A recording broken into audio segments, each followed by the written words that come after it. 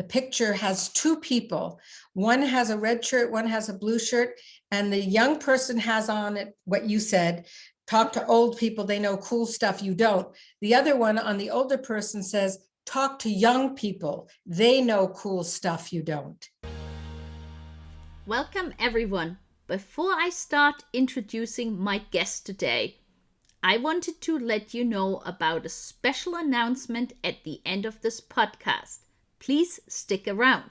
And now, without further ado, I am delighted to introduce my guest, Helen Hirsh Spence. After devoting 35 years to increasingly senior leadership positions in both the public and private education sectors, Helen embarked on a journey of social entrepreneurship. She saw how ageism was impacting her generation and how the upcoming demographic shift would affect Canada's social and economic fabric. As a result, she founded Top 60 over 60, which was created to celebrate, educate, and amplify the positive impact of older Canadians by debunking common myth about aging and being old. Top 60 over 60 provides thought leadership, consulting, and training on age inclusion and diversity. Helen publishes articles, speaks at conferences, and organizes events to promote a reframed narrative of aging. Welcome to the show, Helen. Thank you for inviting me. Thank you so much for being my guest today. And now, for our listeners from all across the world, where are you calling in from? And is there a particular site or food in your area? So I'm calling in from the capital of Canada, Ottawa. And in terms of site, I live in the country, so I see trees and the snow's just melted. So just to give you an idea, and it's April the 14th. So imagine it's still been snowing here. In terms of food, there's nothing much I would speak to other than what we refer to as a beaver tail, which is actually like a pancake with cinnamon on it, and we eat it when we're skating on the canal in particular. So they're known as beaver tails. You can buy them always at food trucks, specialized food trucks, but it's nothing that I would really rave about. Maple syrup is a food that does come from here for the most part and is excellent. I've never heard of it, so that sounds quite tasty. It is actually. It's very nice. It's hard to describe, but it's got cinnamon and lemon on it. Cinnamon, sugar, and lemon on sort of like they make it look like a beaver tail. So now, Helen, you are the founder of Top 60 over 60. What made you decide to start it? Well, it's very simple. I myself was over 60, and I had a career as a leader in education. And I realized that once I stepped out of that role, that I became rather invisible and I became irrelevant. And I started questioning myself, and I lost my confidence.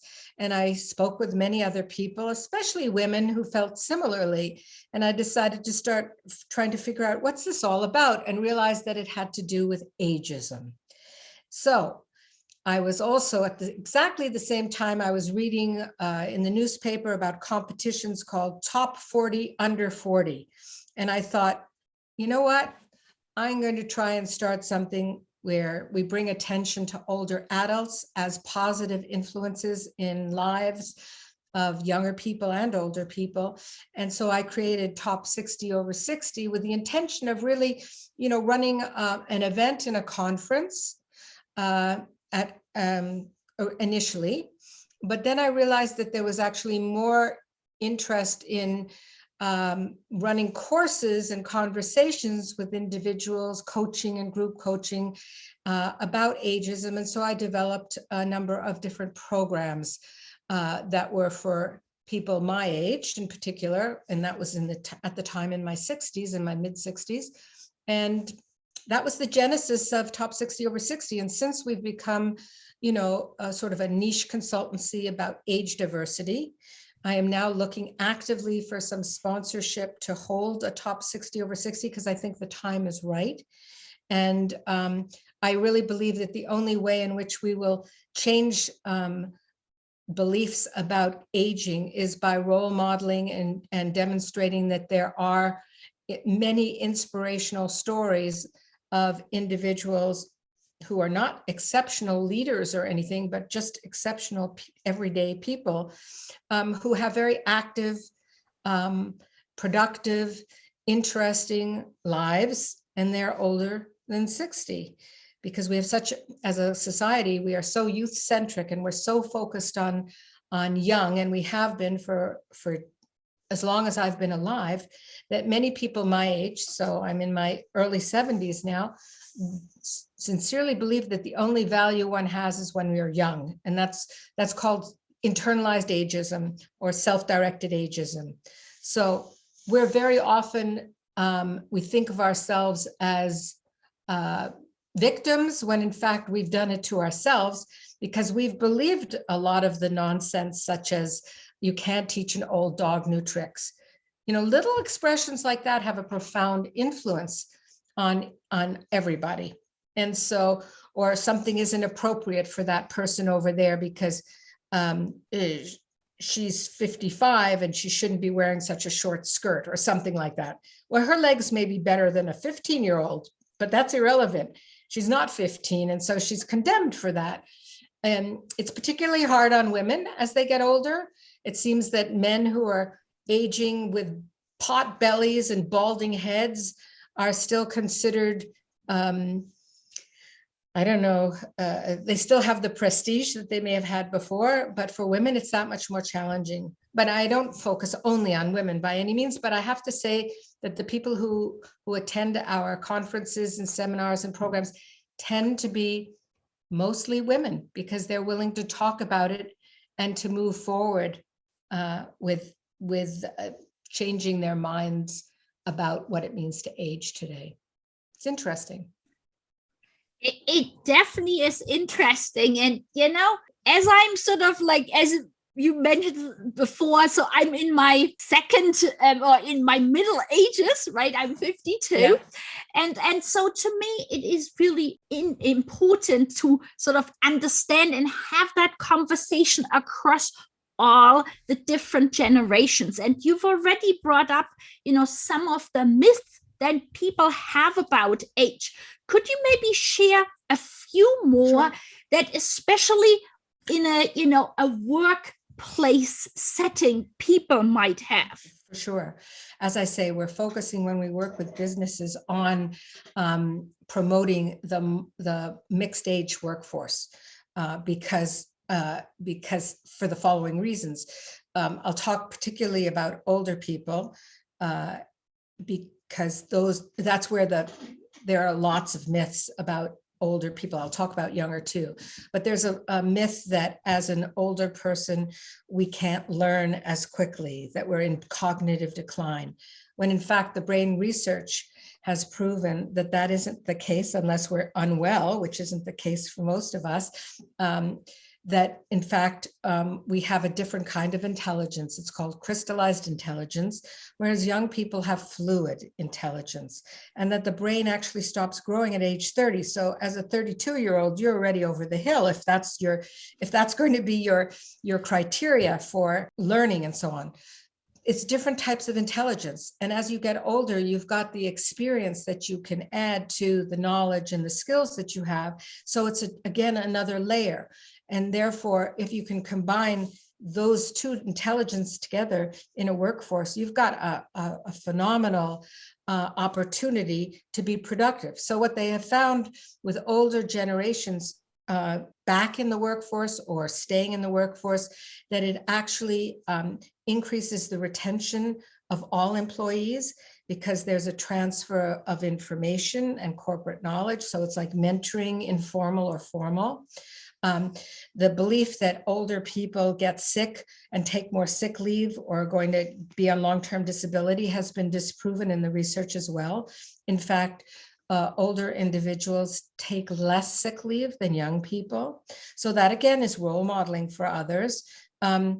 There's also a myth about tech savviness, when in fact it's been again proven that, you know, most older people have the technological skills that you need to be in a workforce. And because technology is changing so quickly, everybody has to upskill every 2 years, 2.5 years.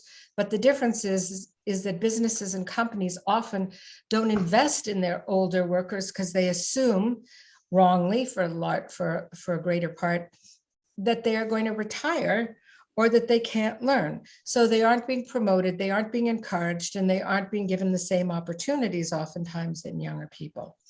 There's a belief about entrepreneurship that, you know, when you get older, oh, you can't start something new.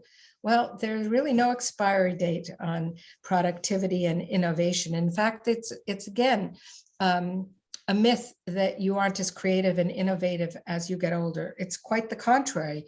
You're more innovative and creative. But Kaufman Foundation and other organizations have shown that the most successful entrepreneurs are those who are over the age of 55. And it makes sense when you think about it, because they have knowledge, skill, life experience, networks, perhaps some financial security. So in my estimation, the best type of entrepreneurial activity would be when you mix the generations, which is what I hope to encourage as much as possible whenever I think about it. When I say entrepreneurship, I'm not just talking about starting your own business. It can be intrapreneurship within an organization or corporation, that people take initiative to look at products or manufacturing or doing things, services differently, you know? So those are some of the common myths that are unfortunately appropriated to being older. And on converse, ageism goes both ways. Young people are often denied the potential of taking on leadership roles because people think, well, they're simply too young to be a leader in such a way. So it works both ways, and it's very individual. Many younger people are wiser than many older people I know, but it takes, I think, training and understanding for everyone to get over those stereotypes about different generations in order to work effectively together. And there has to be a will to do so. I mean, we've known throughout history, older people have always said it was better in the olden days, right? It's an easy refrain, that we can go back to. And everybody thinks the same, but it's not true. And we all know it's not true. It's just different. So we need to welcome those different perspectives, incorporate them into what we're doing, and make the best of those relationships for the sake of the businesses or the companies that we work with. As you just said, it's like taking the best of, everybody's, generational experience, maybe attitude, and reduce stereotypes. And as you know, I'm a big fan of flexible work. Mm-hmm. And one of the aspects there is job sharing. And often the intergenerational job sharing, to me, is a perfect way to incorporate what you have just said. So I think there is so much that both, or not just the youngest and the oldest generation, but really any generation can learn from each other. Yeah, I mean, I have to say, so I don't know if you know my background, but I was a high school principal and a headmistress in girls' schools. So I've been in schools my entire life. I mean, I just stopped being in schools recently, but I'm now online in school. But the point is that I always worked with young people, and I worked with my staff. And as I got older, the staff would get younger than me, but my students were always the same age. They have been the most positive influence in my life. If it weren't for one of my former students, I wouldn't have known anything about social entrepreneurship. I learned from her. I visited her one day in Toronto. I live in Ottawa, so that's 6 hours away, 5-6 hours away. I visited her, we talked, and she brought me to the Center for Social Innovation, which I didn't know it existed. And so she introduced me to an area that I had never even been exposed to. And because of that, I started doing what I'm doing now, and which I've been busy with for the last 8 years. So I've always been open to those kinds of relationships. And I can honestly say with an intern that we've had for the last 4 months with Top 60, her name is Solange. She's a student at Queen's University in a master's program. I'm learning as much from her as she probably is learning from me, if not more, because she's taken the courses that I never took. And so she's helping me and, with the business. One of my sons was showing me something about, Reddit, like there was this recent, I guess you want to call it competition, where it's, Reddit place where you had literally people from all over the world putting together a communal art, and it was for April Fool's Days, and I think it went over 3 or 4 days. But what I found most fascinating was that it was literally this international community, how they would coordinate, because you could only put like 1 pixel every, I guess, 5 minutes. So they coordinated with people all around the world how to recreate famous pictures, how to, make some cartoon character or whatever it was. And it only worked because they had that community, because one person alone, it would have taken them forever. So I just thought it was fascinating. And what it made me realize is, if my son hadn't pointed that out, that would have been something I just would have had no idea. And so to your point, I think it is so important to learn from everybody, really. Yeah. I think also that one of the things is that, the pandemic has facilitated has been more of this global reach and the opportunity to collaborate across cultures, ages, and so on. Not that it necessarily happens, but I think the key ingredient is that you have to be curious and you have to also want to learn. And if there's anything that I could recommend as people get older, is that they do force themselves out of their comfort zones to learn things that wouldn't necessarily come naturally to them, and where they do feel exposed and perhaps out of their area of expertise. But that's when you really stretch and grow. And I think it's as important, if not more important, when you get older. I can give you a perfect example of myself. I started my podcast when I was in my early 50s. Not something 20 years ago, if somebody had told me this. but then, to be honest, I was at my university, I was a DJ, way back. So, so to some extent, being a radio DJ, sort of, there are similarities. Right.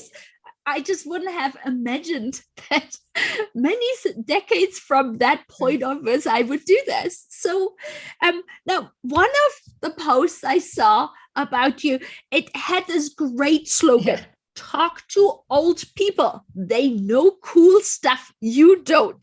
So how, we've been talking a lot about communication. How can we further facilitate it? What within an organization, people, HR managers, business leaders listening to us, how can they best do that?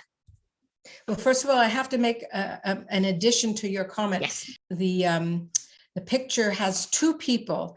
One has a red shirt, one has a blue shirt, and the young person has on it what you said, talk to old people, they know cool stuff you don't. The other one on the older person says, talk to young people. They know cool stuff you don't. Thank you. Thank you for doing this. I was so focused on that. Yes.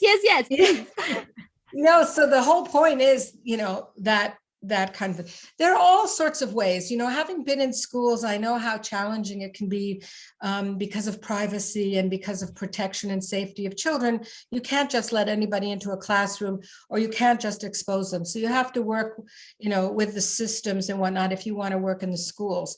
However, I think you can, you can go to places where young people congregate, for instance. It can be concerts, it can be shows, it can be bars, there are any number of places where you can. But I think also it's pretty easy on the internet these days, to get into a conversation about something if you see it in one of the social media posts. But there are a number of other different ways too. I think, through organizations that focus on this. There's something called Encore in the United States, and they have a very intergenerational, co-generational focus. And there are other organizations as well that have like internships and mentorship programs. I think there's something called Seekers, and no, what's it called? Sages and Seekers. And that's a program that's exists in the United States. We don't have very much here as much, but for instance, now I've paired up with a woman who has got something called World Changing Kids. So maybe that's something you can promote as well.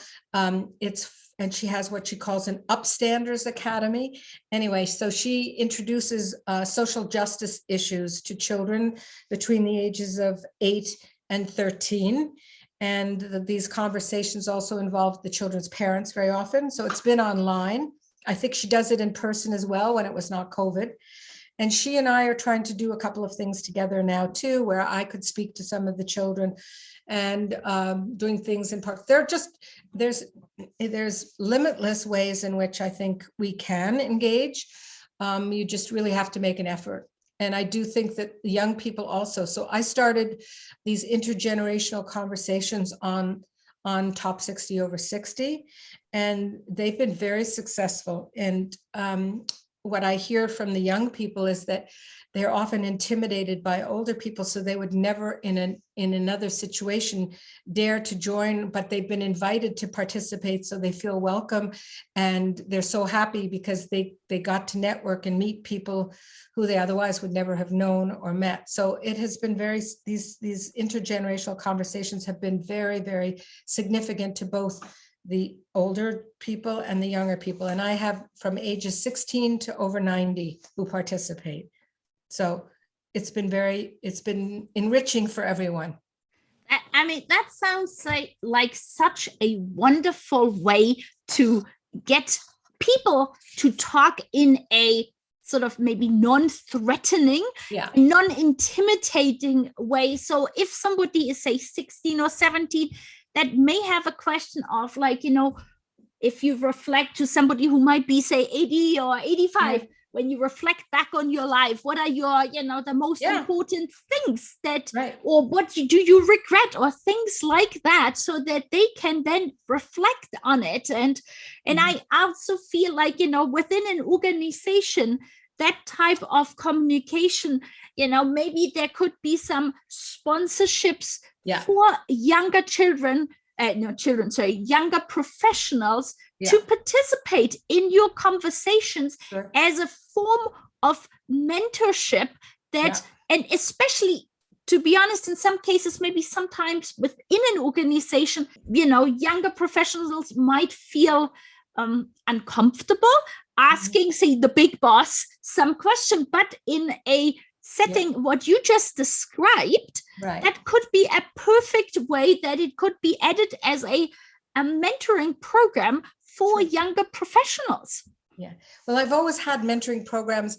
I've published and written a lot about it and established several in the educational realm. The same concepts apply outside of education. And so, I think there's a lot, mentoring always implies that there's an older person who is giving information to a younger person, but I really believe in what I call reciprocal mentorship, where that goes both ways.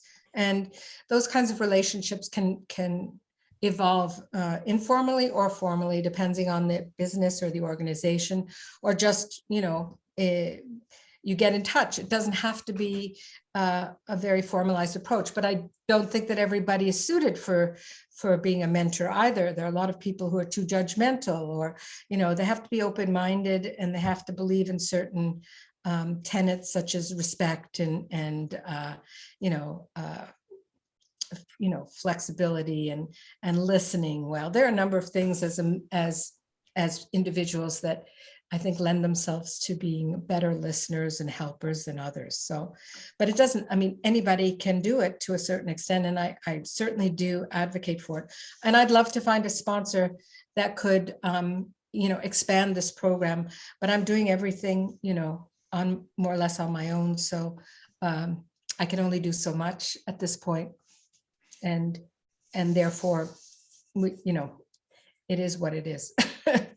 But I believe in it. I believe in it strongly, and I live it. So, Well, thank you very much for sharing this. And I will be sure to put all that information that you just shared about your intergenerational conversations into the show notes. So for people listening to us, they can, follow up, join in.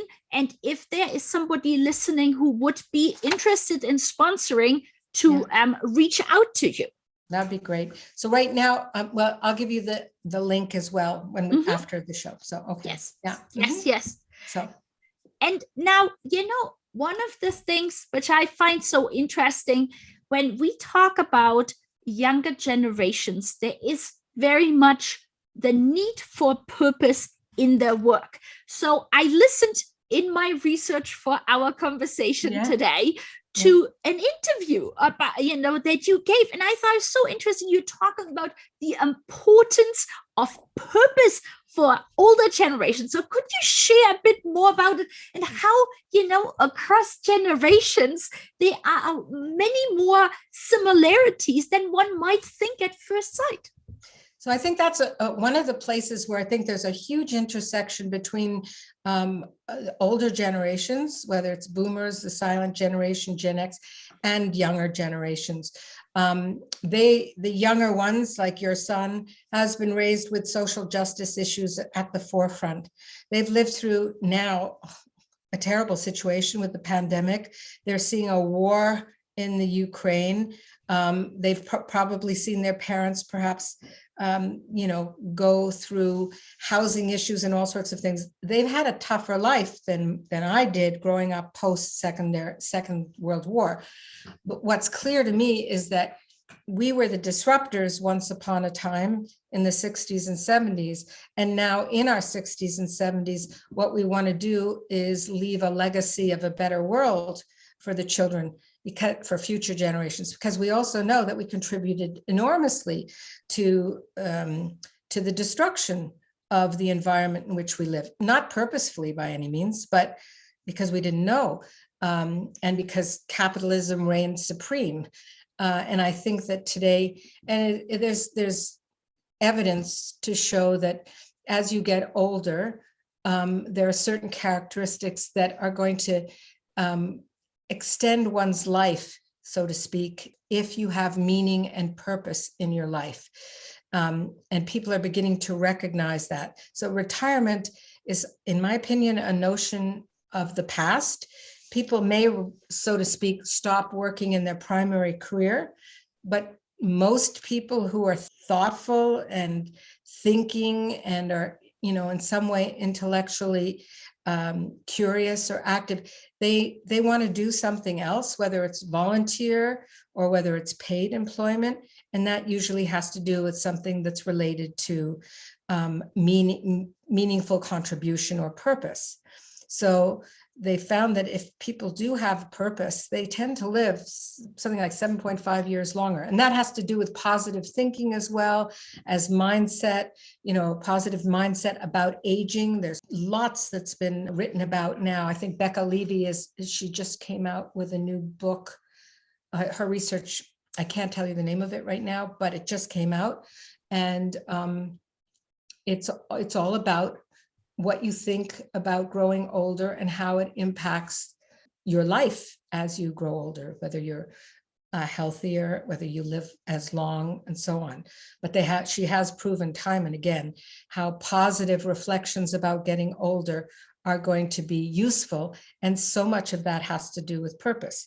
And younger people, now we hear millennials and Gen Z and, are interested in work that fulfills them, which is different words for meaningful purpose. So we all have that in common. Everybody actually really wants that. I think the younger people are less interested in the values of extreme consumerism, which we unfortunately got too heavily involved in, and probably think a lot more about, waste and what we're wearing and how often you can wear it, or, not just throw away things. I think a lot of things are going to change with these younger people. I think we're going to go back to, more sustainable cooking, like not always buying processed food. I think we're going to raise our own food more have more backyard chickens. I really think there'll be a movement to be more self-sufficient, because we found through the pandemic and the global realities that we can't rely on others to sustain us in the same way. So, and young people are growing up with that reality, which we didn't, So I think there's a lot of convergence of thinking and wanting to do something better for the future. Yeah, it's so interesting that the pandemic, to your point, I feel has focused or emphasized the local aspects of somebody's life. And while there is, on the one hand, because of technology, the global, communication available through Zoom and all of these other programs, but by the same token, where do I live? What is it that to your point, can grow in the backyard that will survive? And so I think it's definitely a huge change. And so, one of the things I also wanted to talk with you, and we've talked a little bit about before, was the flexible work aspect. And as you said, the retirement per se may not be continuing in the current form because people get older and ultimately would like to contribute more. So do you have any thoughts or ideas? Like, I obviously love job sharing to have that reverse mentoring, or in general, exchange, but also like part-time careers. Sure. I mean, have you, when you talk to different generations, so what you have heard about more flexible aspects of work? I mean, I think, first of all, flexibility is key.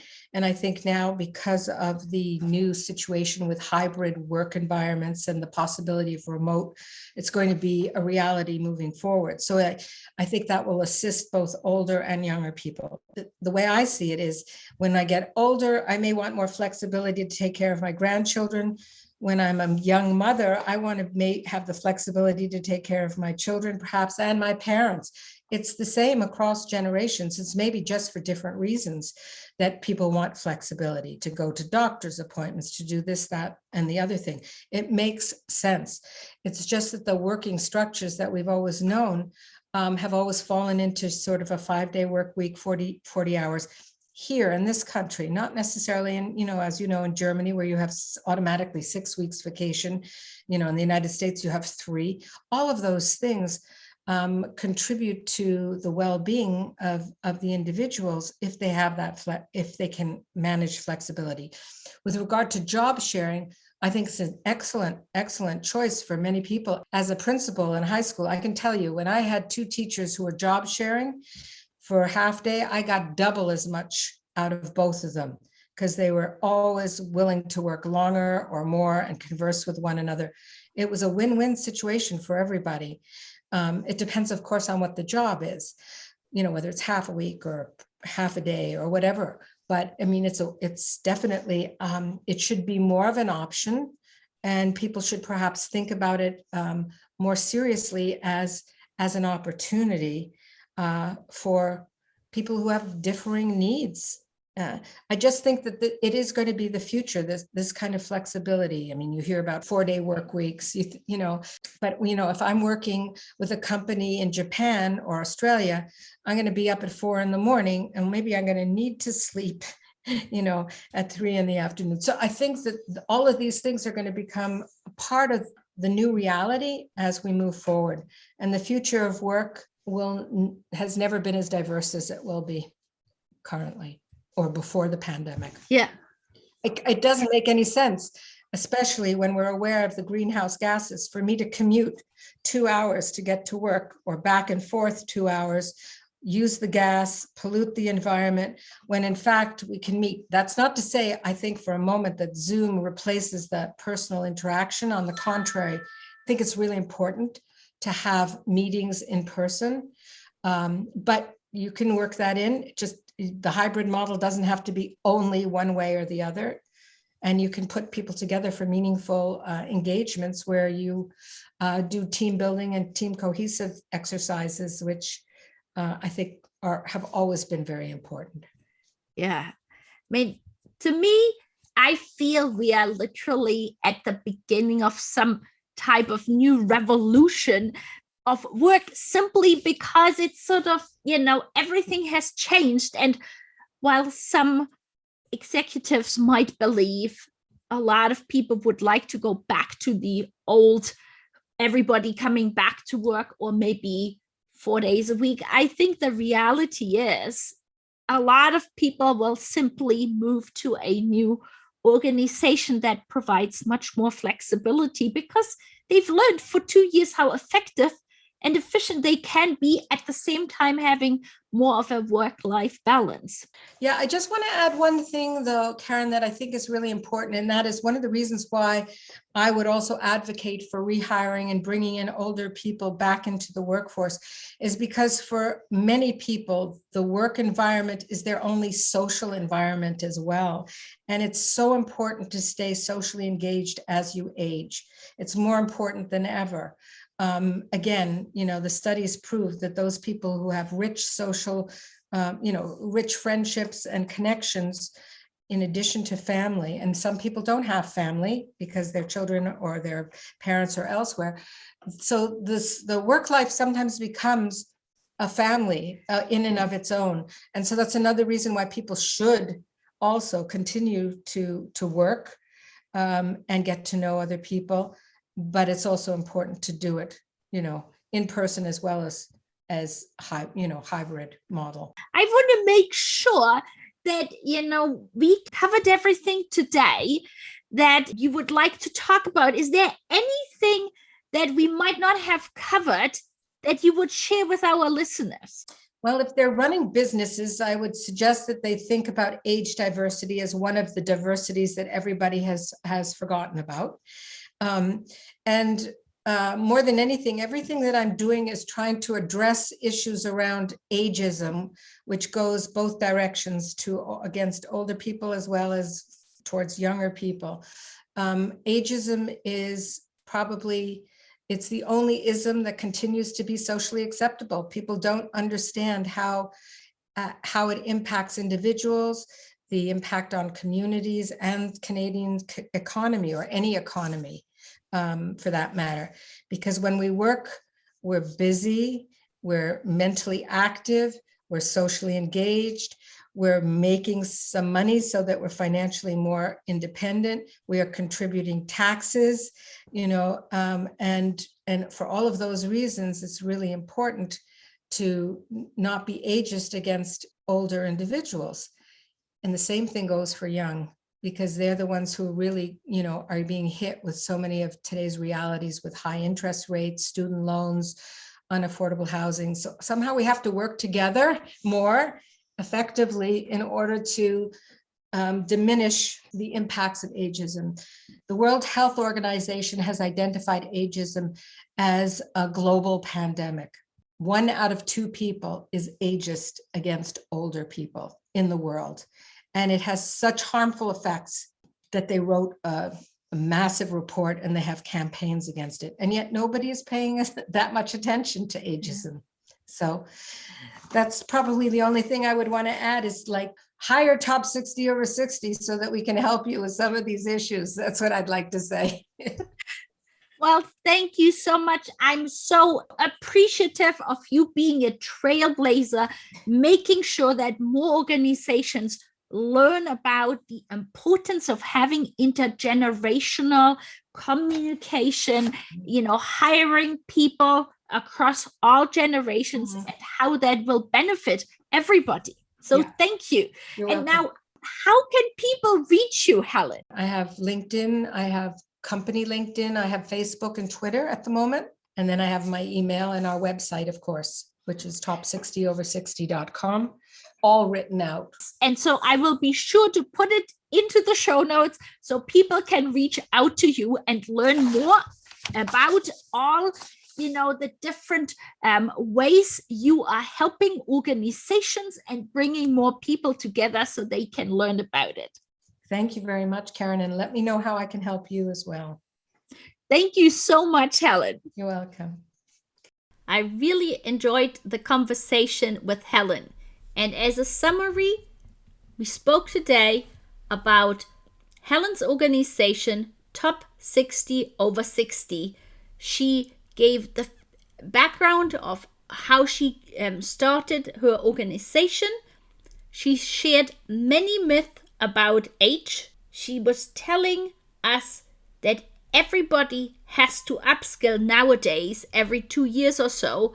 So in a way, that's perfect, as older and younger professionals have to do it. We also talked about the importance of reciprocal mentorship, and that unlike what some people might think, younger and older professionals have a lot more in common because, for example, they both really focus on purpose.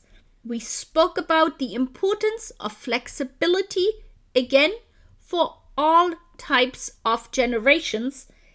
And last but not least, Helen shared how important work as a social environment is for older people and how it is beneficial not only for interacting with the colleagues, but also how helpful it is on a health perspective. And now to the special announcement.